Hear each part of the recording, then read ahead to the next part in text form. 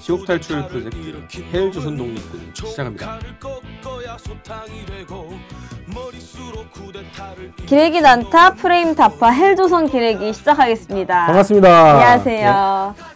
뭐 즐거운 소식들이 많이 들려오더라고요. 언론 말고요. 우리 그 주권 방송. 아니 그 언론사 입장에서는 사건 사고가 많아야 되잖아. 네네. 많아야 이제 뭐 페이지 뷰도 올라가고 뭐 관심이 올라가잖아요. 그러니까 저희가 지난주에 해일조선 독립군 NK투데이 편에 네.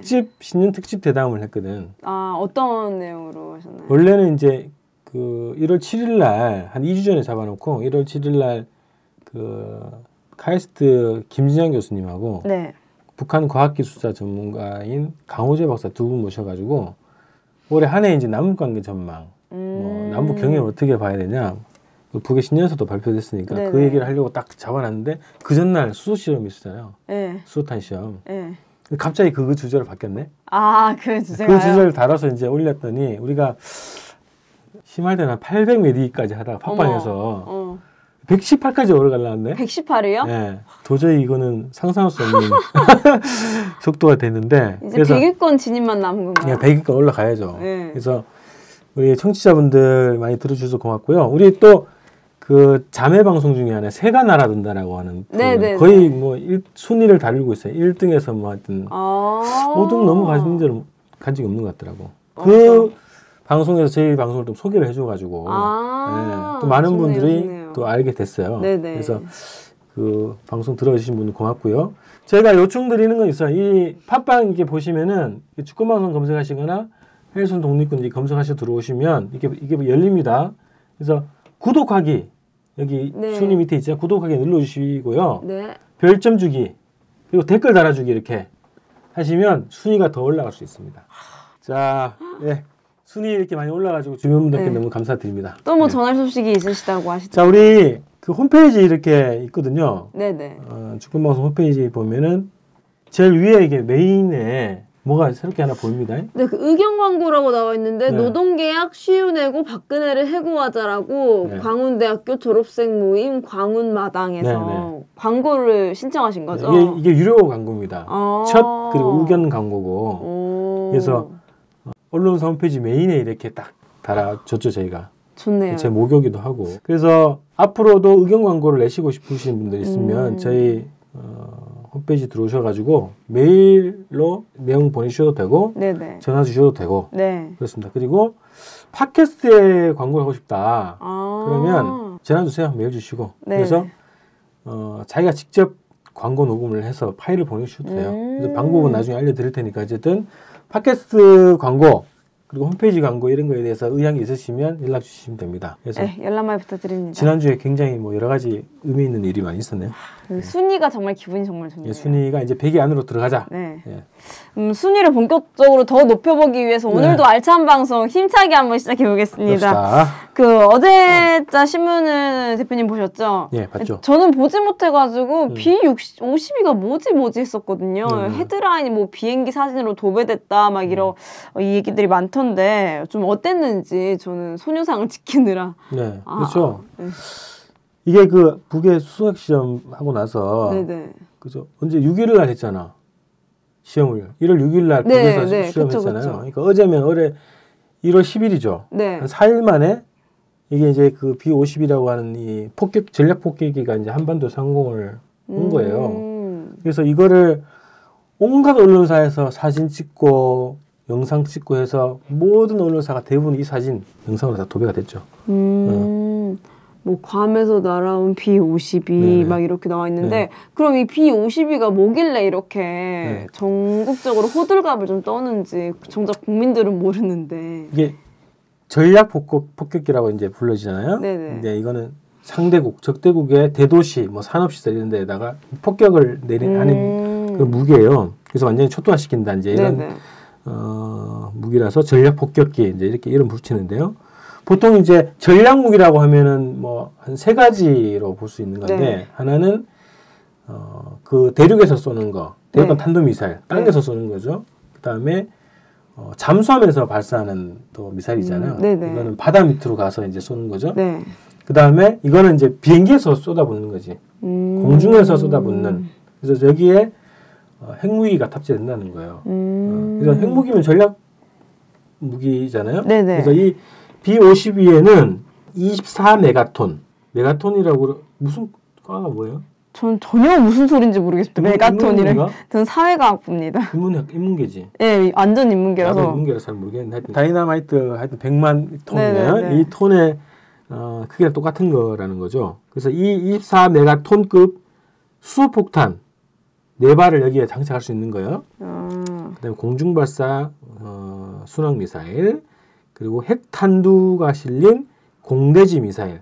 공대지면은 이 하늘에서 땅으로 쏘는 그런 미사일을 탑재하는 그런 폭격기라는 거죠. 어쨌든 엄청난 폭격기라는 거네. 쉽게. 얘가 가지고 있는 이 무기들의 총 폭발력을 딱 비교해 보면 히로시마에 떨어졌던 그 핵무기 있잖아요. 거기에 1000배 크기의 위력을 가지고 있다는 거예요. 아, 이렇게 처음부터 설명해 주셨으면 제가 확 이해를 했을 텐데 메가톤이 뭐고 이해하는데서 근데 히로시마의 1000배면은 그 위력이 너무 클 것 같아서 상상이 안 가는 얘 한 대가 뭐 하여튼 지구를 반을 날릴 수 있겠죠, 거의. 아, 그죠? 진짜 어떻게 보면 되게 위험한 건데 정말 우리 그 언론들은 보도를 좀 무슨 신이라도 내려온 것 마냥 보도를 많이 했네요. 그래서 헤드라인만 쭉 우리가 좀 살펴봤는데 연합뉴스가 국가기관 통신사라고 그러잖아요. 정부에 이제 지원금을 받고 운영되는 데인데 보통 연합뉴스를 통해서 주한미군의 무기 재원들에 대해서 주로 보도를 그쪽 통해서 보도를 많이 해요. 그래서 항공모함이라든지 직접 승선해가지고 산 싣고 이런 게 주로는 연합뉴스가 제일 먼저 하거든요. 이번에도 연합뉴스가 여기를 이제 취재를 했는데 제목이 이겁니다. B-52 한반도 출동 현장을 가다. 그래서 용강 폭격하면 평양 사라질 것 이라는 제목으로 보도를 했고요. 국민일보 한반도 유사시 B-52 3, 4대가 동시에 폭격을 가한다면 평양은 지도에서 사라질 것. 자, B-52 폭격기 한반도 비행, 미 철통방위 공약.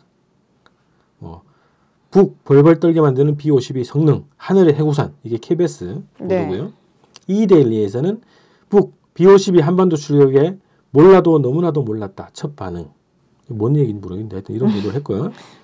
평양은 지도에서 사라질 것. 한반도 상공 훑고 간 B-52. B-52 폭격기 한국 상공 추전. 한미 군사협력 긴밀함 보여줘.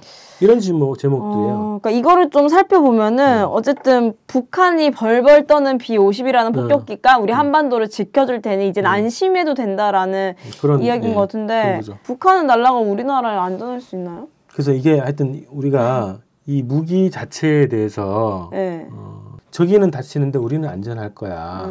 뭐 이런 그 반쪽짜리 이제 기형적인 인식을 갖고 있단 말이죠. 아까 말씀드렸던 것처럼 히로시마의 1000배면 우리가 상상을 못 하잖아. 그쵸. 히로시마 아직도 고통받고 있지 않나요? 거기 이후에 그런 병들로. 그러니까 역사상 인류 역사상 처음으로 핵무기를 쓴 게 미국이고 그리고 히로시마 나가사키 이후에는 핵폭탄이 없었잖아요. 그죠? 핵전쟁이 없었잖아요. 핵전쟁은 없었죠. 그래서 우리가 상상을 못 하는데 그 처음 경험했던 그 핵폭탄의 1000배라는 거야. 근데 그것도 상상하기 어렵잖아요. 그쵸. 그럼 진짜 앞으로 몇백 년을 더 고통받을지도 모르는 위험한 그런 핵 무기가 들어온 거네요. 그렇죠. 이게 그래서 이게 무슨 평양을 폭격을 하면은 평양이 지도에서 사라지면 한반도가 사라질 수도 있어. 그 정도 위력이란 말이죠. 러시아, 중국, 뭐 일본도 어떻게 될지 모르겠네. 1000배면. 그죠? 그쵸. 그 범위가. 그러니까 이게 기형적인 사고라는 거죠. 참, 기형적 사고가 참 무섭네요. 이런 사고를 한다라는 것이. 우리가 안심할 수 전혀 없는 상황인 것 같네요. 그래서 지금 이제 1단계 조치로는 한국 정부가 한 건 확성기 틀었잖아요. 확성기 방송했고, 그다음 두 번째 조치가 이거예요. 이게 이제 왔다는 거고, 그리고 스텔스까지 이제 계획하고 있다는 거죠. 이거에 대해서 한국의 공군작전사령관 이완근 사령관이네요. 이 사람이 어떤 얘기를 했냐면 어떤 도발 위협이 있더라도 국민께서 안심하고 일상을 영위하도록 연합 공군력으로 완벽한 대비 태세를 유지할 것이다. 이제 이렇게. 이것 때문에 더 불안해요. 이것 때문에. 그러니까 이제 안심하라고 하는 게 아까 얘기했던 그런 기형적인 시각이 분단의 시각이죠. 분단이 가져온 그런 기형적인 시각인데 여기서 폭격하면 다 죽는 공멸하는 거예요. 저도 그렇게 생각해요. 그런데 이게 어쨌든 이게 들어온 게 북한의 수소 폭탄? 수소 핵실험, 수소 핵실험 이런 것 때문인 것 같은데. 그 명목은 했죠. 네, 종편에서는 또 이런 얘기를 하더라고요. 우리나라 국민들이 안전 불감증에 걸려 큰일이다. 수소 핵실험에 대해서 너무 무관심하고 안전 불감증에 걸렸다라고 이야기를 하는데 이게 무슨 논리인가요? 이 종편의 논리는? 그 논리를 여기까지 좀 정리를 해보니까 이런 거죠. 하나는 실패했다. 네. 북의 발표를 믿을 수 없고 북은 그걸 만들 수 있는 나라가 아니다. 근데 아직까지 B-52가 들어왔네. 아직까지 그런 게 아니다. 그래서 실패했다 이런 논리가 하나 있고 그 다음에 확성기를 우리는 강력한 보복적 실어 확성기를 방송을 재개했다. 네.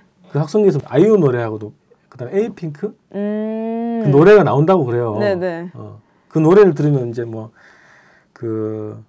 전투력이 상실되고 그 고향을 그리워하게 되고 뭐 이런 효과를 노린다고 하는 것 같은데.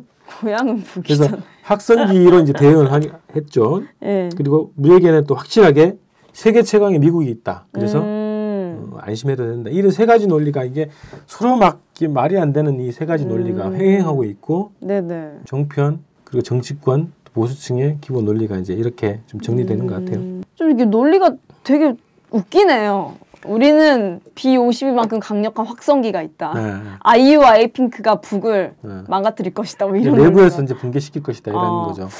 이런 논리라면 우리나라 군인들 이제 주말에 인기가요 보는 거 금지시켜야 되는 게 아닌가. 우리나라를 강력하게 지키기 위해서 아이돌 노래 들으면 전투력이 상실되니까. 그래서 아직 공개는 안 됐지만 네. 그 바위 뚫는 화살도 있잖아요. 네. 아마 그것도 이제 공개가 될 것 같습니다. 네. 기대되네요. 하여튼 어쨌든 이게 말이 안 맞아요. 이게 논리가 안 맞는 여러 가지 주장들이 횡행하는데 그게 버젓이 공중파 이 종편 방송을 통해서 네. 유포되고 있다는 거죠. 그렇고.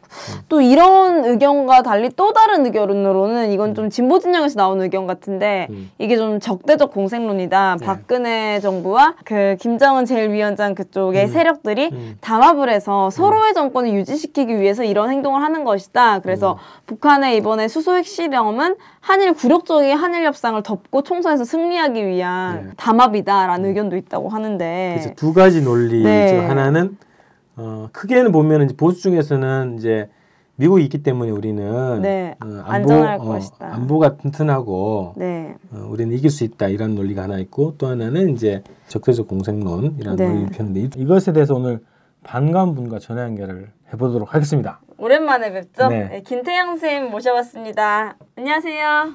네, 안녕하세요. 네, 반갑습니다. 반갑습니다. 그 B-52 폭격기가 이 어마어마한 이 대량 살상 무기가 한반도 상공에 온 거에 대해서 예. 야 이제 우리의 한반도의 안전을 든든하게 지켜준다. 네. 안심이다 이런 여론이 유포되고 있단 말이죠. 그걸 이제 뭐 선전을 많이 하죠. 네. 언론을 통해서. 예. 그래서 그런 보도 행태 또 여론몰이 뭐 이런 거에 대해서 우리 또 분석을 좀 해주시면 좋겠습니다. 뭐 일단은 그 여론몰이를 하는 주도층 한국의 뭐 극우 보수 세력이겠죠. 예. 근데 이 사람들이 지금 상당히 불안한가 봐요. 이번 사건이 그렇게 큰 충격이 아니었다면 그 B-52가 왔을 때 그렇게까지 호들갑을 떨면서 좋아할 이유는 없을 텐데. 구세주로. 네, 그러니까 그동안 걱정을 많이 했던 것 같아요.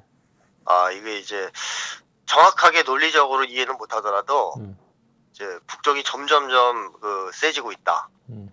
그래서 미국이 이제 북쪽과 전쟁하긴 굉장히 어려워진 상태다라는 것을 인정하지 않을 수 없는 상황이고 그러다 보면 그러다가 갑자기 또 수교하고 우리를 버리는 거 아니야? 뭐 이제 이런 거 있죠. 자, 그다음에 또 한 걸음 더 나가면 뭐 우리가 혹시 먹히는 거 아니야? 이제 이런 불안감. 왜냐하면 이제 확성기 갖고는 수소폭탄을 깰 수가 없잖아요. 그러다 보니까 이제 그 내면에서 이렇게 올라오는 심한 불안감이 굉장히 심각했었는데 뭐 그런 것 때문에 형님이 이제 B-52를 잠깐 보내줬던 것 같고요. 그러다 보니까 이제 거기에서 이제 아니다 살았다 하는 이런 일종의 자기 위로 안도감. 네, 자기 기반이죠. 그러니까 뭐 그거라도 붙잡고 이 불안에서 좀 벗어나 보려고 하는 심리가 아닐까. 좀 그렇게 생각이 되네요. 뭐 대한민국을 지켜주는 해구산이 아니라 기득권층을 지켜주는 그런 거였네요. 그럼 B-52가.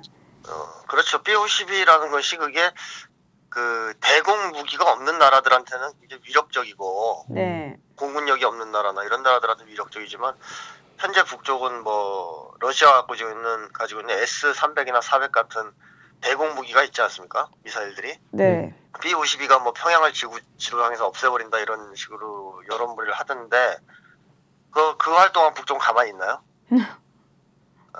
가만히 있지 않겠죠. 아예 못 들어오게부터 할 거 아니에요, 그죠? 네네. 만약에 전시 상태가 되면. 네네. 그러니까 그런 무기를 갖고 있는 나라한테는 의미가 없는 무기란 말이죠. B-52가 일종의 쇼고. 그리고 만약에 평양을 설사 운 좋게 가서 지웠다. 그럼 북쪽에서 지우고 나서 가만히 있을까요? 수소폭도 만들었겠다. SLBM도 있겠다.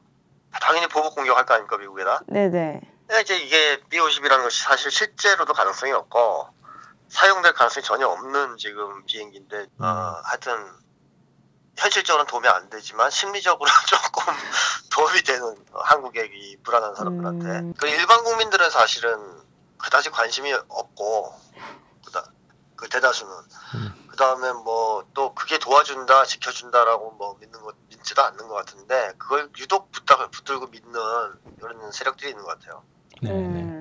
그 다른 한편으로는 이것이 북과 남의 적대적 공생론이 또 있는데 뭐 서로의 기득권들이 결합해가지고 서로의 정권을 유지할 수 있도록 한다. 이런 의견에 대해서는 좀 어떻게 생각하시는지. 근데 그것을 주장하려면 북에 대한 정보가 일단 확실히 개방이 되고 그걸 접한 상태에서 그런 주장을 해야 되잖아요. 네네. 그러니까 북의 정권이라든가 북의 사회라든가 이런 데서 정확하게 나름대로 파악하고 나서 공생론을 주장해야 되거든요. 근데 그런 거 없이 그냥 우연적인 사건들 가지고 남쪽에서 뭐 일이 벌어졌는데 북에서 뭐 미사일을 쐈다든가 핵실험을 해서 우리가 하는 일에 지장이 생겼다. 그래서 공생론이다라고 주장하는 것은 한마디로 굉장히 그 자기중심적인 유화적인 주장이죠. 내가 오늘 수능 시험 보는데 남북통일이 됐다, 화난다 이런 얘기랑 똑같은 거 아니에요?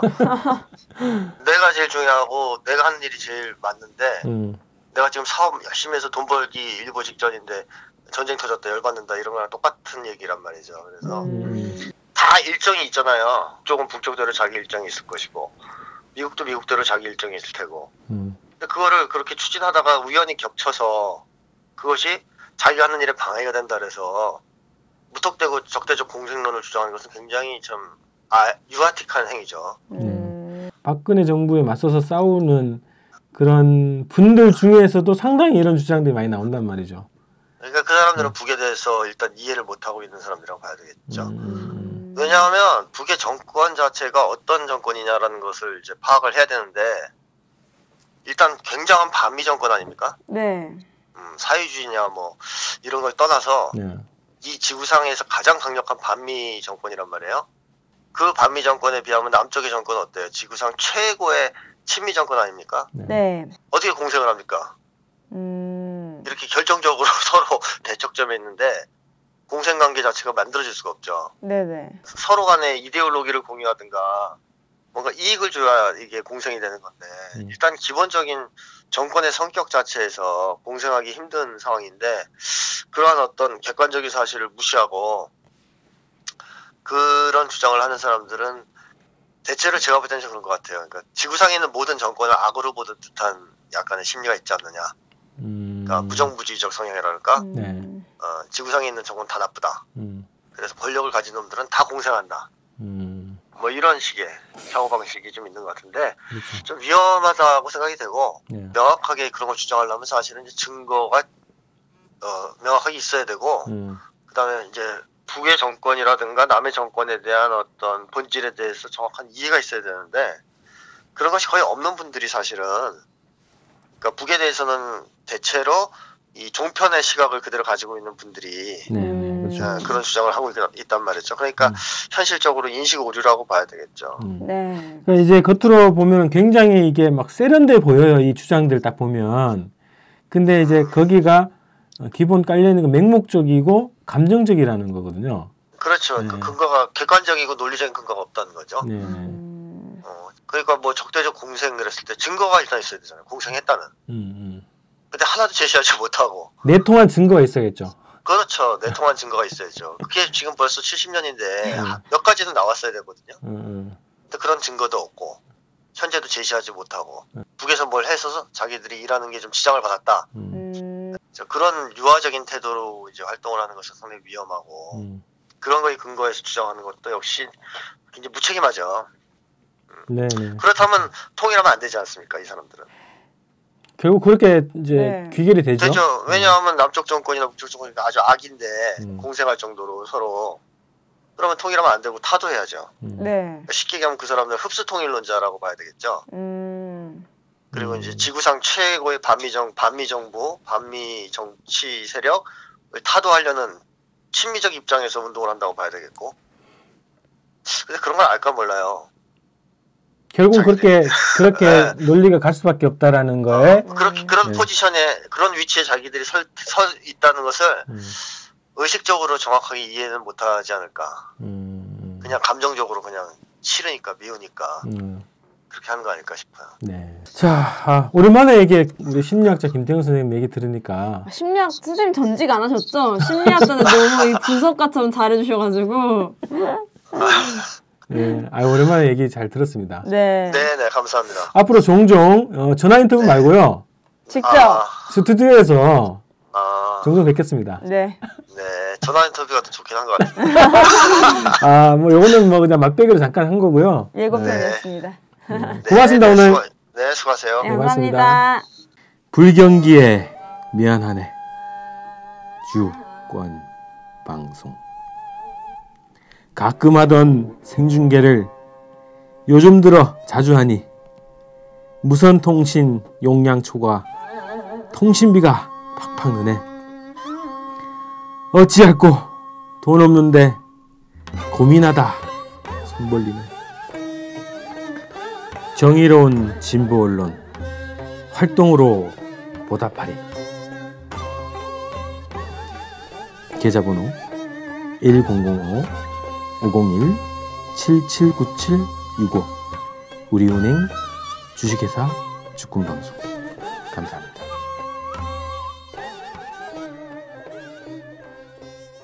이 무시무시한 이 전투기가 우리나라에서 첫 비행을 한 건 아니라고 하더라고요. 수시로 왔어요. 수시로 오고 특히 지난 2014년도인가죠. 2014년도에 남북 이산가족 상봉을 위한 실무회담이 있었어요. 되게 평화스러운 자리였네요. 그죠. 특히나 이산가족 문제를 주제로 했으니까 그 회담하는 날 이게 또 날라온 거예요, 한반도에. 핵심을 한 것도 아닌데. 무슨 이산가족 상봉하는 데까지 핵무기가 떠버리면 하자는 건가요? 그래서 남북관계가 굉장히 경색으로 갈 뻔했죠. 또 이산가족 상봉 행사 자체가 무산될 뻔했단 말이에요. 뜬 이유는 뭔가요? 이산가족들이 알 수 없죠. 핵실험의 주역이었나요? 알 수 없는 이유가 뭐냐면 미국은 공군력이 한반도에 이 전개를 할 때 협의를 하지 않는다고. 미국이 판단해서 오고 싶으면 오는 거예요. 왔다 가도 몰라. 그래서 국방부에다가 문의를 해도 모르겠는데요.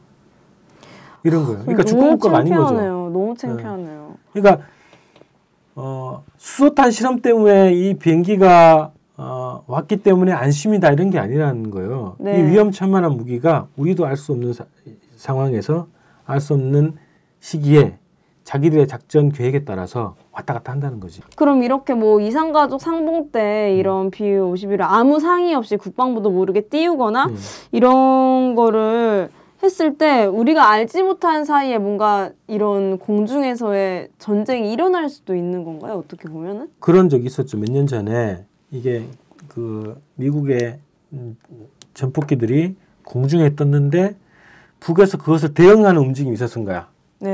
전투기가 뜨고 레이더가 돌고 막 이런 게 있었죠. 그래서 실제 미국의 전투기를 조준 격파하는 그런 움직임이 실제로 있었던 거예요. 근데 그건 우리가 알 수 없었지. 미국이 뭐 알려주지 않으면 모르는 거니까. 그것도 미국이 나중에 흘린 정보에 의해서 이제 확인된 게 있는데 실제로 위험한 상황까지 갔다는 거예요. 근데 우리의 통제권 밖에 있는 거죠. 그래서 이게 안심이 아니라니까. 그 안심이 아닌 거예요. 근데 우리나라에서 왜 이렇게 대대적인 보도를 하면서 이거를 들여온 거죠? 제가 볼 때는 이게 이제 이렇게 즉각적인 이 출격 자체가 두 가지가 있거든요. 하나는 미국 자체의 그 미국 정치적인 요인 이런 게 있단 말이죠. 미국은 지금 대내적으로는 대선을 앞두고 있고 오바마 행정부가 이제 막판으로 가고 있잖아요. 임기가. 그쵸. 근데 오바마 정부 임기 때 핵실험이 3번이나 있었네. 위성 발사도 있었고. 그러니까 미국의 전략적 인내 정책이 다 파탄났다는 게 공통적인 평가거든. 그리고 또 대선 있잖아요. 대선이 있는데 정권 재창출을 하려면 뭔가 이렇게 강력한 힘을 보여줘야 돼. 북에서 수소 시험했다고 하는데 미국의 이 대북 정책을 강력한 대북 정책 보여줘야 되는 국내 정치적 요인이 하나 있고 또 하나는 12월 말에 날치기 해가지고 한일 협상을 했잖아요. 그죠? 그 협상의 배경은 그거잖아요. 한미일 삼국동맹을 더 이렇게 완성을 해가지고 어쨌든 이 동북아에서 한반도에서 주도권을 놓치지 않겠다고 하는 게 미국의 이제 전략 구상이란 말이죠. 근데 북에서 핵심을 딱 했네. 수소 실험을 했네. 미국의 요리를 지켜줄 수 있을까? 의심이 들겠네요. 한국과 일본 정부 입장에서는 권력 입장에서 미국이 지켜줄 수 있을까?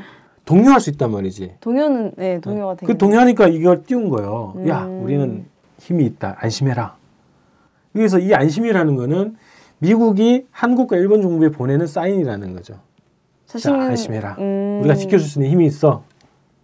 이런 주장이라는 거지. 뭐 자기 내부적으로는 뭐 자기가 이제 아직도 이 전 세계를 장악하고 있다라는 것을 과시하는 걸로 그리고 국내 정치적으로는 그런 게 있고 동맹국들에게는 우리가 이제 뭉쳐야 된다. 우리가 너는 지켜줄 수 있다라는 우월감을 과시하기 위한 장치겠네요. B-52가 어떻게 그렇죠. 보면. 그래서 그런 어떻게 보면 한미일 군사 동맹에서 흩어지려고 하는 약간 의심하고 있는 이 양국의 이 세력들에게 보내는 메시지 아닌가 싶은 거예요. 어쨌든 이 메시지를 핵무기로 보내고 하는 거는 좀 제가 느낄 때는 좀 불쾌하고 이런 무기가 오가는 이런 상황들이 되게 예전부터 많이 와 있었잖아요. 우리나라도 계속해서 무기를 구입하는 것도 있고. 근데 사실 그게 다 우리 국민들의 혈세다 보니까 실제로 그 무기 장사꾼들의 주머니를 채워주는 게 정부들의 이런 논리에 국민들이 현혹이 좀 된 것이 있는 것 같고 또 그동안 미국에서 가장 많이 무기를 산 것도 우리나라라는 생각에 작년에 한 9조? 8조 9조치 샀다 그랬죠. 그래서 그 8조 9조에 제 돈 조금은 있을 거 아니에요. 저도 세금을 내니까. 세금 내나? 네, 냅니다. 내는구나. 네. 거기에 제 돈이 포함되어 있다는 게 참 불쾌합니다. 저는. 아니 그래서 아까 말씀드렸던 것처럼 그 안심이라고 하는 거는 안심 있잖아요. 안심해라. 이거는 미국이 한국과 일본 정부 당국에게 보내는 메시지라는 거예요. 야, 내가 너네들 지켜줄 힘이 있고 흩어지지 마. 우리 뭉쳐야 돼. 그런 심리적인 요인으로 이걸 보냈단 말이죠. 그러니까 그거를 우리 전 국민을 대상으로 지금 이 여론몰이를 하고 있는 게 종편의 주장인 거예요. 야, 안심해라. 미국에 있어서 우리는 튼튼하다. 이런 거를 전 국민한테 확산시키는 논리가 바로 그 안심 논리라는 거죠. 근데 수소 핵실험이 북에서만 막 했던 거는 아니죠. 제가 이게 어떤 세계에 지금 5개 나라가 수소탄을 가지고 있다고 하죠. 근데 유난히 그렇게 반응을 해버린다는 거 아는 국민들은 좀 이렇게들 많이 생각하실 것 같아요. 유난히 북에서 하는 거에 대해 과민하게 반응하고 핵무기를 들여오고 이런 전반적인 상황을 아는 국민들은 되게 그냥 이 B-52 떴을 때 그때서야 불안감을 느끼지 않았을까라는 생각이. 하여튼 그럴 가능성이 저는 뭐 있다고 봅니다. 이런 거죠. 이게 북의 수소 핵시험은 본질적으로는 별 다른 게 없어요. 예전에 핵실험한 거하고 이미 핵 보유를 하고 있단 말이죠. 이거 현실인 거예요. 그래서 핵 보유국끼리 전쟁이 일어났던 적은 없단 말이죠. 근데 역사를 딱 보면 이게 어떻게 가야 되고 갈 것인가 예상을 좀 할 수 있는데 64년도에 중국이 원폭 실험을 성공했어요. 64년도. 그죠? 그 다음에 3년 뒤에 67년도요. 수소폭탄을 성공을 시킨 거죠. 그러고 나서 한 4년 만에 그 유명한 71년도 그 미국과 중국과의 핑퐁 외교가 있었던 거죠. 그 다음에 뭐 닉슨 대통령이 이제 방문해가지고 1972년도에 미국과 중국이 본격적인 교류가 있고 국교 정상화가 된 거예요.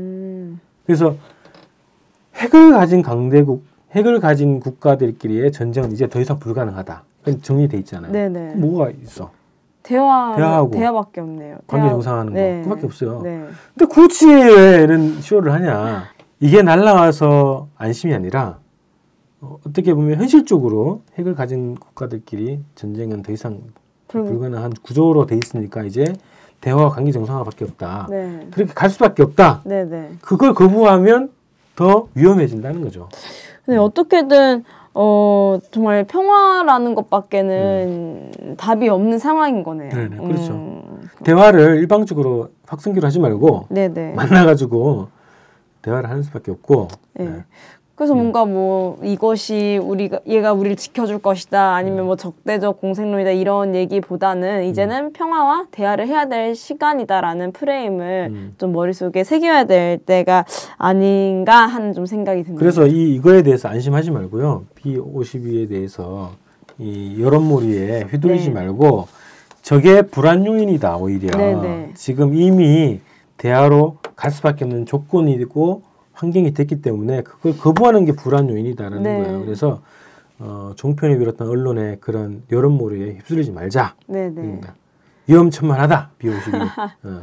네, B50 수소폭탄 B52 뭐 이거보다는 이제 평화 대화를 이야기하는 2016년이 됐으면 좋겠습니다. 네. 네, 그렇다면 이것으로 헬조선 기레기 위험천만 프레임 든든한 B52 폭격기에 대해 이야기해봤습니다. 네, 다음 주에 뵙죠. 감사합니다.